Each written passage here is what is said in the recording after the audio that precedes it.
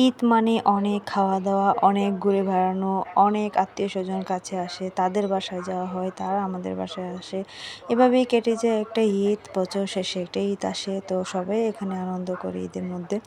আসসালামু আলাইকুম এভরিওয়ান, সবাই কেমন আছেন? আশা করি সবাই ভালো আছেন। আলহামদুলিল্লাহ আমিও ভালো আছি। প্রত্যেকবার ঈদের পরের দিন কিংবা এর পরের দিন যাওয়া হয় আমার বাবার বাড়িতে, কিন্তু এবারে ব্যতিক্রম হয়ে গিয়েছে। কারণ আমরা বাবার বাড়িতে যখন যাই 3 বোন একসাথে যাই, অনেক আনন্দ করি।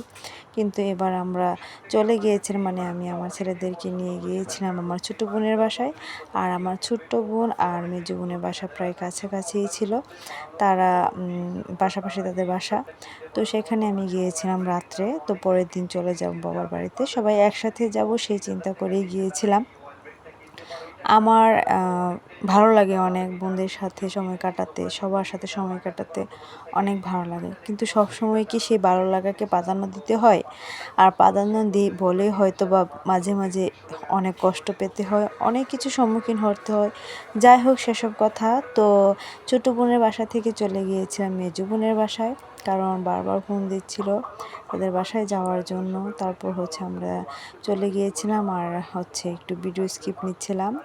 তো আমার ছোট্ট বোনের 2টা ছোট্ট বেবি আছে, মানে ছেলে বেবি, খুবই সুন্দর মাশাআল্লাহ, খুবই মিষ্টি কিউট। আমার খুবই ভালো লাগে, তাদেরকে আমি অনেক মিস করি।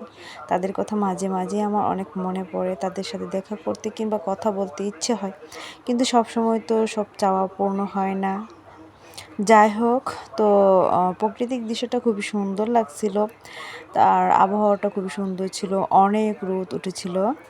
আমাদের বাংলাদেশে ঈদের পরের দিন থেকে প্রচণ্ড রোদ ছিল, প্রচণ্ড। আর আমাদের গাজীপুরে তো অনেক ছিল, জানি না কোন কোন জেলাতে এরকম ছিল। তো তারপর আমরা মেজো বোনের বাসায় চলে এসেছি। তারা রিসেন্টলি কিছুদিন হলো বাসাটা করেছে নতুন, তো সব কিছু গুছানো হয়ে ওঠেনি, এখানে ফার্নিচার সেট করা হয়নি, আস্তে আস্তে করবে হয়তো বা। খুবই ভালো লাগলো। আমার বোনেরা সুখে থাকবে, ভালো থাকবে, সব সময় আমি মন থেকে দোয়া করি। তো আমরা অনেকক্ষণ সেখানে সময় কাটিয়েছি। সময় কাটানোর পর খাওয়া দাওয়া করলাম, অনেক মজা হয়েছিল। কারণ বোন বলে কথা, মার পরে কিন্তু বোনরে হয় আপন। আর আমার 2টা বোন আছে, আমি বড়। তো তাদের সাথে আমি অনেক কিছু শেয়ার করি, তারাও আমার সাথে করে, কিন্তু আমি হয়তো বা বেশি করি, কারণ আমার মনটা অন্যরকম। আমি দোয়া করি আমার বোনদের জন্য সব সময় যাতে ভালো থাকে।